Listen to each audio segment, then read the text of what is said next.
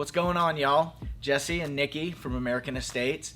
A lot has changed and a lot has happened since we started this van renovation project. So wanted to take a little time to kind of tell you a little bit about ourselves and what we do, and then also to answer some questions that have come in, and just, kind of get caught back up and up to speed on what's going on. American Estates, that's our company, and we build custom furniture. And so we get to do just all kinds of amazing projects. Been doing this for 8 years, and from single pieces in people's homes to amazing businesses that are just filled with our work. We just get to create all the time. And so, at the root of that, that's who we are. Nikki and I and our crew, our people, we're all just creatives, and we're driven to create and make and do. And another part of that is we love to create content and show the process and, what it is to do the things that we do. So we love all of that stuff. So that's what we're doing here. We're going to try to get you caught up a little bit. If you haven't been watching already, we already have 3 episodes on our YouTube, full episodes of the things that we've been doing with the van. And we would love for you to subscribe and follow along, get caught up and watch that. And then, hang on, because we're about to bring it with some more content. Yeah, we've got a lot coming up. But with that being said, I guess it's time to jump right in to some questions. Let's do it. All right, so the first question is, what's the backstory on the van?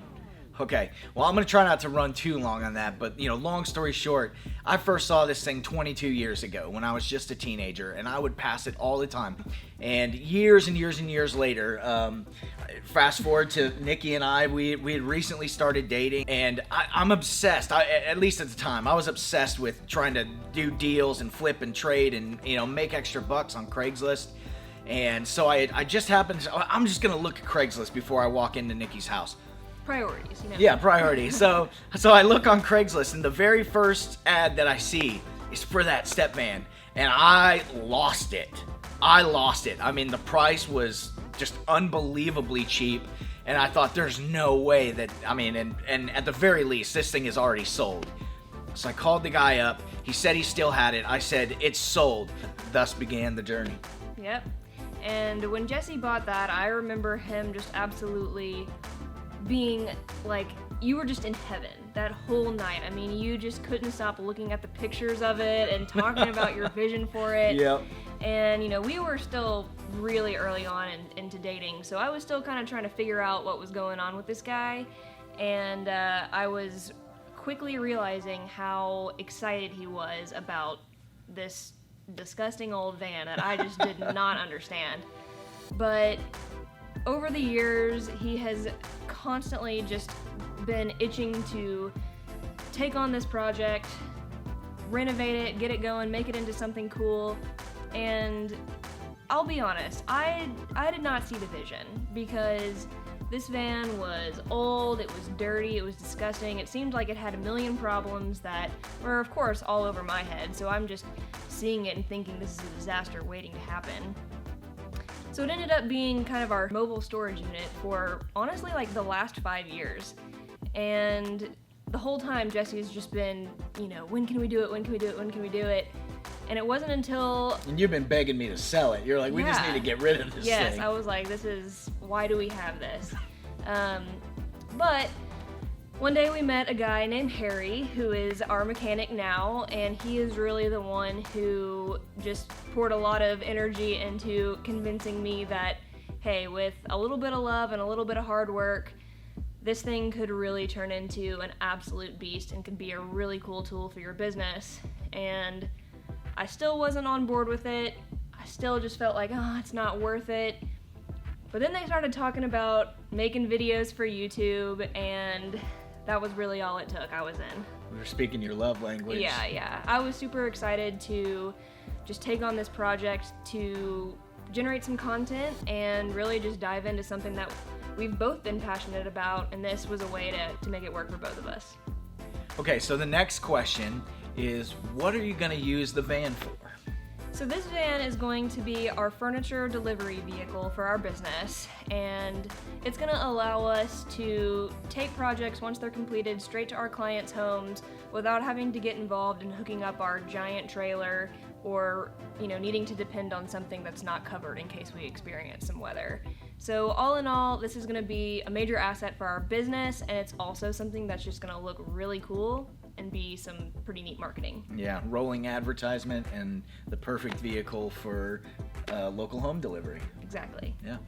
Okay, so the people want to know, what's up with the name? What's up with the name? Well, with as many creative endeavors as we have, especially me with a background in, playing in bands, I'm always having to come up with names for things. So, it always happens that the best ones they just pop up out of nowhere when you're kind of just, most of the time, not even thinking about it. And so that's what happened with this one. We were needing a name, and Nikki and I and Harry were all driving to lunch one day, and it just hit me. I thought, Grim Reaper. The Grum is because it's a Grumman. That's a Grumman Olson. That's the brand that made the body of the Stepvan. And so I just took that Grum from Grumman, paired it with the Reaper, and you got Grum Reaper. It sounds familiar, but it's also totally metal. It's me, and it fits because it's a Grumman. So that's where the name came from. Yeah, and I think it's pretty cool. It's got a nice ring to it. Okay, so we've mentioned a little bit in the last 3 episodes what we are intending to do to this van, but in general, people want to know, what all are we planning to do? Well, okay, I'll try to lay out the vision for you. Mostly we have a massive mechanical overhaul. Now, one of the things that we had done in the past is we have already redone the brakes and did a lot of work on the suspension of the van, so that's all pretty much intact. But, from the radiator through the drive shaft, we have gutted the whole thing out, and everything going in is going to be new parts. Yeah. So, 454 big block, custom built 4L80E transmission, custom made drive shaft, all that's going to get that thing just absolutely ripping. And then we're going to be working on aesthetics. So all new interior, we've gutted it out. We're going to make, it's going to be a rolling piece of art on the inside. We're actually even going to add air conditioning, which, it's going to be nice. Look, yeah. My guys work hard. We don't need to be sweating when we go into people's houses. And we're going to do an awesome new paint job. We're going to have, our graphics and logos and branding is all going to be hand painted. It's going to be super slick. And we're getting some new radial tires. So everything is going to be fresh and awesome. And I'm excited. Yeah, I'm really excited about knowing that it's going to work well and it's going to look good. The next question is kind of related. They want to know what's the plan for the interior.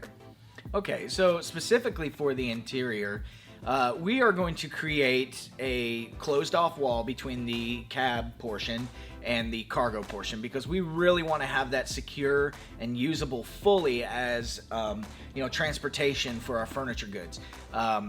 So we're going to have latch points and things for straps and all that, but aside from that, we have these really cool panels that we use as art panels, but before we do that, they're used as workbench tops in our shop. So they are panels of a material that just get absolutely abused, and it creates this naturally occurring sort of, art.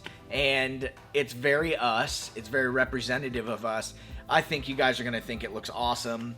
But we're also going to insulate the whole thing and shine it all up, patch some holes and things like that. And then on the cab side, like we said, we're going to add some air conditioning. We're going to have brand new seats and seat belts. The 2-point seat belt instead of just a lap belt that doesn't work. And we're going to do a lot of custom dash stuff. There's a lot of opportunities on the cab side of that for us to do, just to be us, to be ourselves, do what we do. So we're going to do some cool stuff. I think we're probably going to add a backing camera just for, modern ease of use for our crew as we're doing deliveries. We don't want to run over anybody's mailbox or anything like that. So it's going to be awesome, and I'm just beyond excited. Me too. All right, a lot of people were asking this one, and that's, where are we finding the parts for the van? That's a good question. With an old vehicle like that, this is a 1976 Grumman P30, so it's a 1-ton commercial service truck, so you wouldn't expect to be able to find a lot of those parts.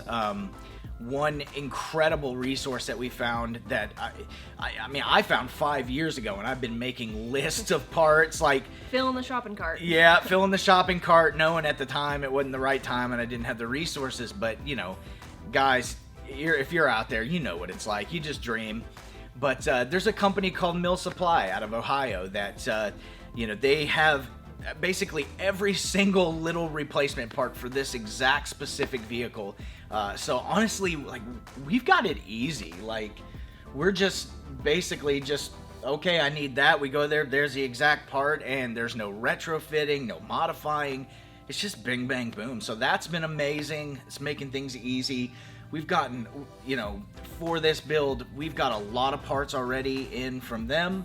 A lot more coming later. And then, there's, for the mechanical parts, there's the, your standard sources. We're getting a lot of stuff from Jegs and Summit and good old Amazon. And, our local O'Reilly has been seeing our faces a little bit more than usual. But that's pretty much the gist of it. The usual suspects. I mean, you can see in one of our earlier episodes, we do an unboxing. So, it doesn't take much investigating to see, what we're getting and who from. Yeah. But, yeah. All right, so from there, I think what we're left with is a couple of what I'll call rapid-fire technical questions. Okay. So I'm going to ask these, and you can let us know the answer. All right. Okay, so what is the year and model of the van? Okay, so I already kind of covered that a little bit, but it's a 1976 Grumman Olson P30. So the P30 indicates that it's a 1-ton step van. The chassis on this one was made by General Motors.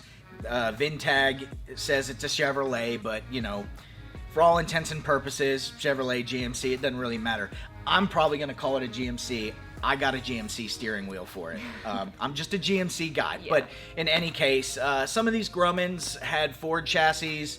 They were kind of all over the place. But this particular one is a Chevrolet chassis. Cool. All right, next up is, what MPG are you anticipating getting? Yeah, that's my favorite question. I jokingly have told some people, really honestly, we're expecting to measure this more in GPM, gallons per mile, or maybe even gallons per minute. I don't really know.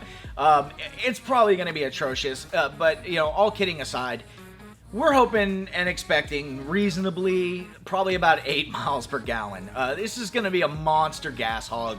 But what we're doing to try to counteract that, we've got a just super slick, cutting edge Holley Sniper EFI system, fuel injection. It's computer controlled, it self-tunes. It's an amazing piece of equipment that we're just like beside ourselves to see what it can do. So we're hoping that that's going to come through and give us a boost that we're obviously going to be sorely needing. But I think later down the road, once we get it going and get the van running, we'll be able to kind of report back and say, hey, here's what we're experiencing. Massive horsepower meets a little bit of modern technology, and here's what we're getting. There you go. All right, next up is, what are the engine and transmission specs? Okay, so, real talk, I'm not the person to ask about that. I'm the furniture builder here that's like loves vehicles. I am a gearhead in the sense that like I just love old vehicles, but I don't know those things. Harry would be the one that would need to answer those questions. And, honestly, we're going to do a whole episode on the motor and transmission and those things as we're putting them in. So I give you my promise that we will put out all of the specs and all of the details, and you will know exactly what's going in there and what we're working with. Yeah, for sure. Okay, the people want to know, why not put a diesel back in it? Okay, so here's the deal. I have a lot of respect for diesels. Now, we've mentioned in some of our videos and stuff, I think, but this thing used to have a Cummins in it. Mm-hmm. And that's how it came from the factory, and it had a 3.9 Cummins in it. Great, just absolutely bulletproof, live forever motor. Somebody ripped that thing out of there long before I got it. And the reason we're not going back to a diesel, even though I mean, it would be a fantastic motor for the application that we're doing, I'm just not a diesel guy.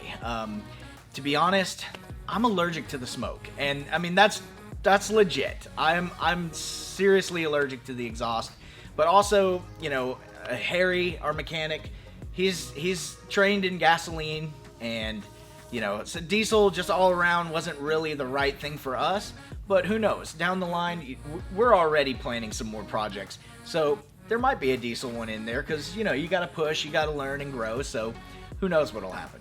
Yeah, maybe coming up someday. Yeah. Why not put an LS in it? Okay, so again, a lot of people have been asking why not put an LS in there. People love to put LS motors into every kind of hot rod and vehicle project. They are fantastic motors. Everybody knows that. I mean, horsepower for dollars and dependability. I mean, they are amazing motors, but computers and wiring and all that stuff, we just did not want to get into all that stuff. So we were more comfortable adding some, light modern technology on top of just a tried and true, fire it up, you got compression, you got spark, got fuel, we're good to go kind of motor. So we opted not to do that LS like a lot of people do, and it really just has to do with wanting to be sort of low tech. Yeah. All right, well, the last question that we have today is one that honestly, I personally was a little bit surprised to see, but the people want to know, is there going to be Grum Reaper merch? I mean, heck yeah, of course there's going to be Grum Reaper merch. I don't know why you're surprised that people would be asking that, but yeah, I mean, I, of course, want to make, super dope, Rat Fink style t-shirts for this thing, so, I mean, hey, drop us some comments. Tell us, would you want to see something like that? Because I sure know I would. Hey, so I would love to be just surprised by people saying that they would love to do it. I think you will be. All right, well, that's all we have for today. If you have any further questions, we'd love to hear from you. Just drop us a comment and, you'll probably find your answer on the next episode. We are having an absolute blast doing this project. We love the creation and the building of it, but we're also just really enjoying the community that we're finding and just engaging with all of you out there. So make sure that you like and subscribe on our YouTube channel. We've got a lot coming up, and we can't wait to see you in the next one.